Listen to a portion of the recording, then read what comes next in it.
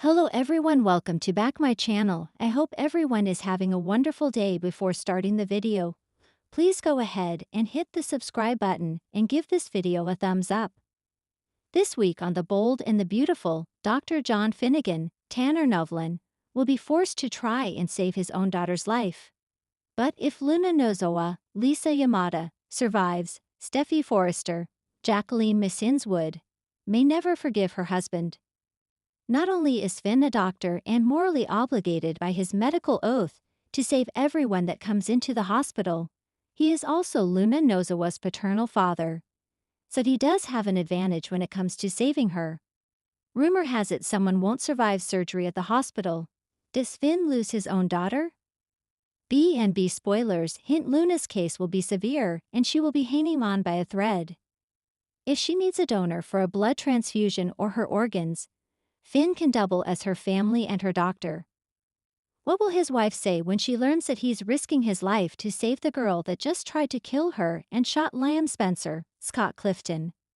Viewers know Dr. Finn would never let one of his patients die without doing everything in his power to save them, especially someone who is his own flesh and blood. Steffi will probably argue that they are all better off without Luna in the land of the living. Can Queen Steffi really expect Finn to let his own daughter die, regardless of what she did? Steffi could argue that Finn isn't Luna's only relative. Technically, if she needs a donor to survive, Sheila Carter, Kimberlyn Brown, Poppy Nozowa, Romy Parks, or Leigh Finnegan, Naomi Matsuda can all step in and save Luna. Do you think that Finn will save his daughter? Would he actually let her succumb to her injuries to make his wife happy?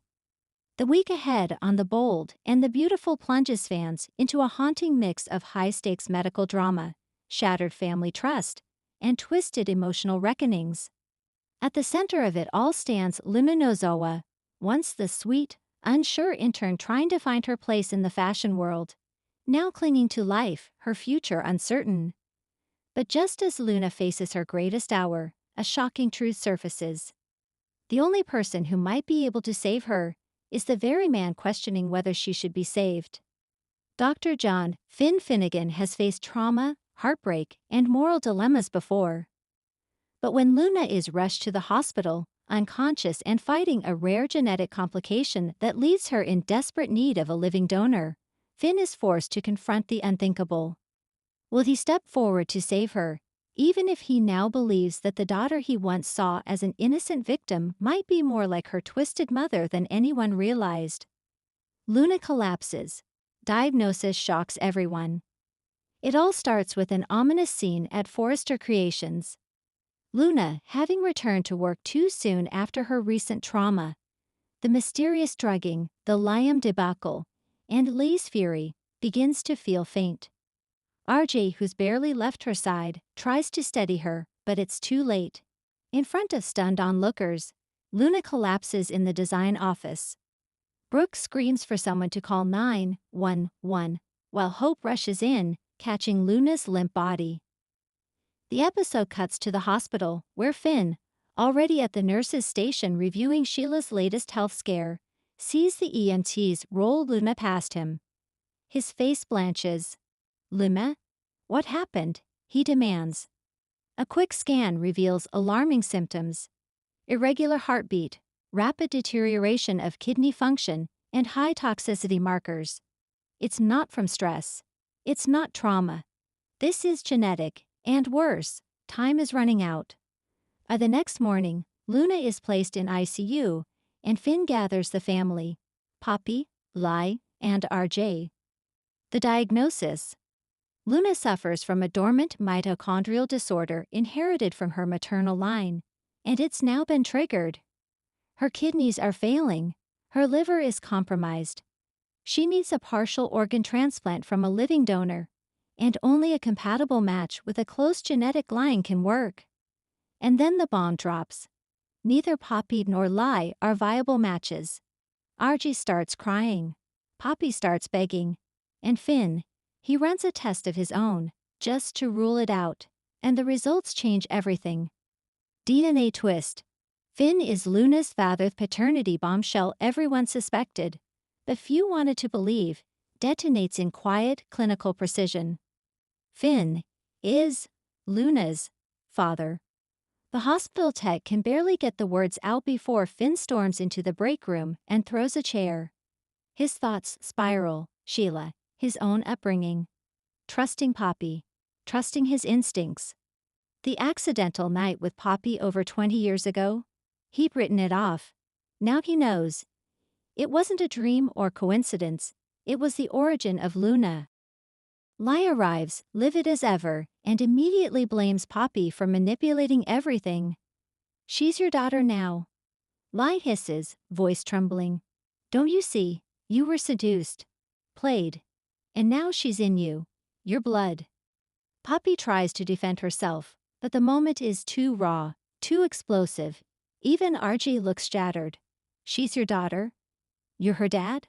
Why didn't anyone tell me?" But Finn can't focus on them.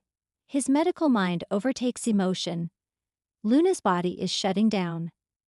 There's only one thing to decide now. Will he go through with the transplant? Moral dilemma, the monster she might be. As the surgery looms, Finn finds himself haunted by everything that's happened in recent weeks. Luna's behavior, once excused as drug-induced, now appears off.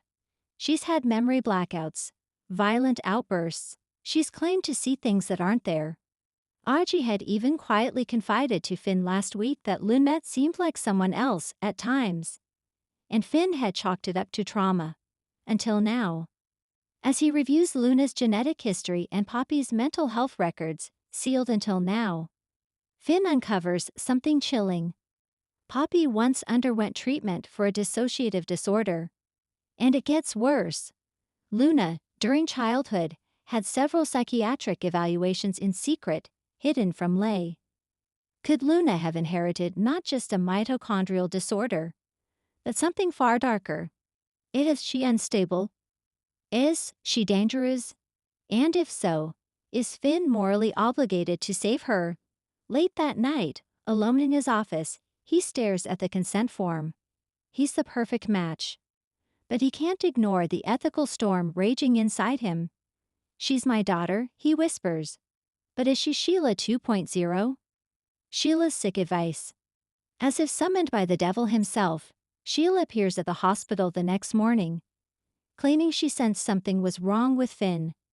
She finds him in the hospital chapel, exhausted and shaken.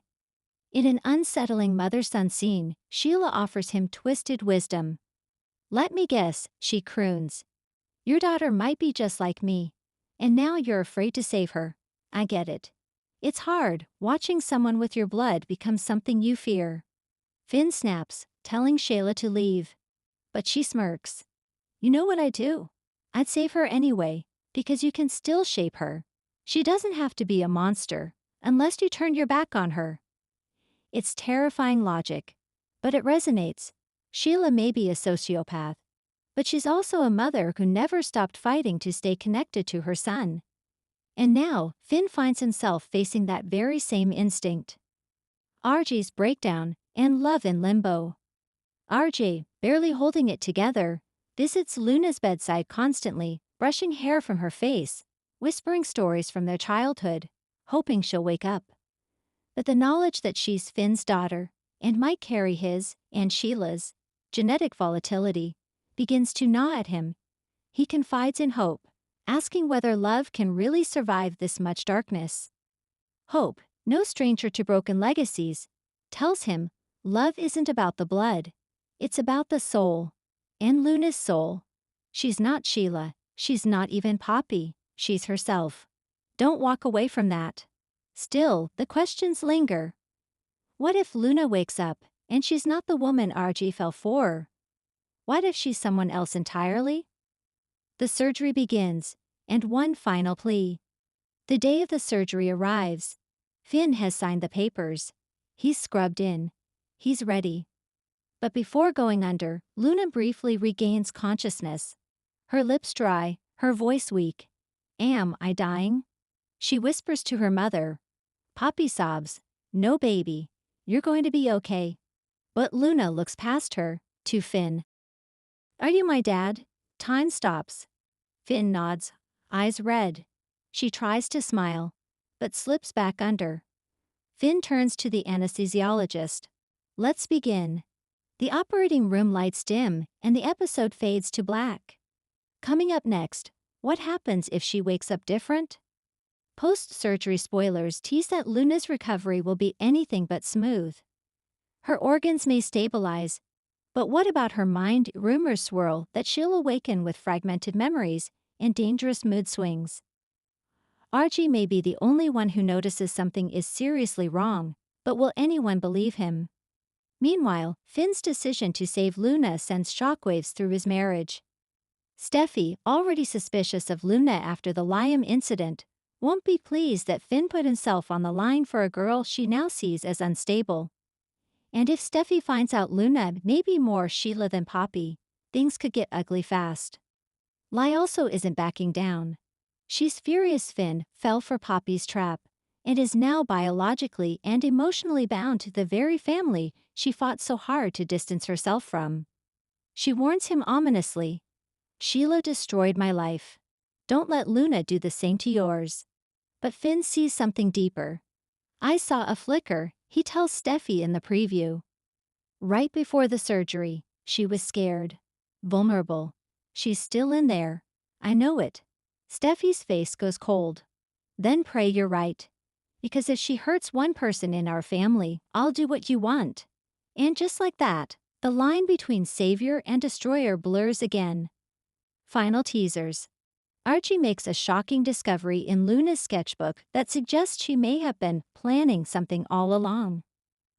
Lai teams up with Bridget Forrester to examine Luna's neuropsychiatric scans behind Finn's back. Hope and Steffi clash when Hope defends RJ and Luna's love story, and Steffi accuses her of rooting for the next Sheila. Sheila returns to the hospital again, this time not to advise Finn, but to warn Poppy. "I know what your daughter's capable of, and so do you." A mysterious envelope appears on Luna's bedside table, containing a letter signed, "Your father always loved you." But it's not from Finn. Conclusion. As Luna teeters between life and death, and the shadows of genetics and madness loom larger than ever, the bold and the beautiful spins a tale of blood, betrayal, and the impossible choices we make for those we love. Will Dr. Finn live to regret saving his psycho daughter? Or will love, once again, prove to be the most unpredictable cure of all? Thanks for watching this video, and please subscribe our Boldy and BAUTIVL UPDAT YouTube channel for more update news.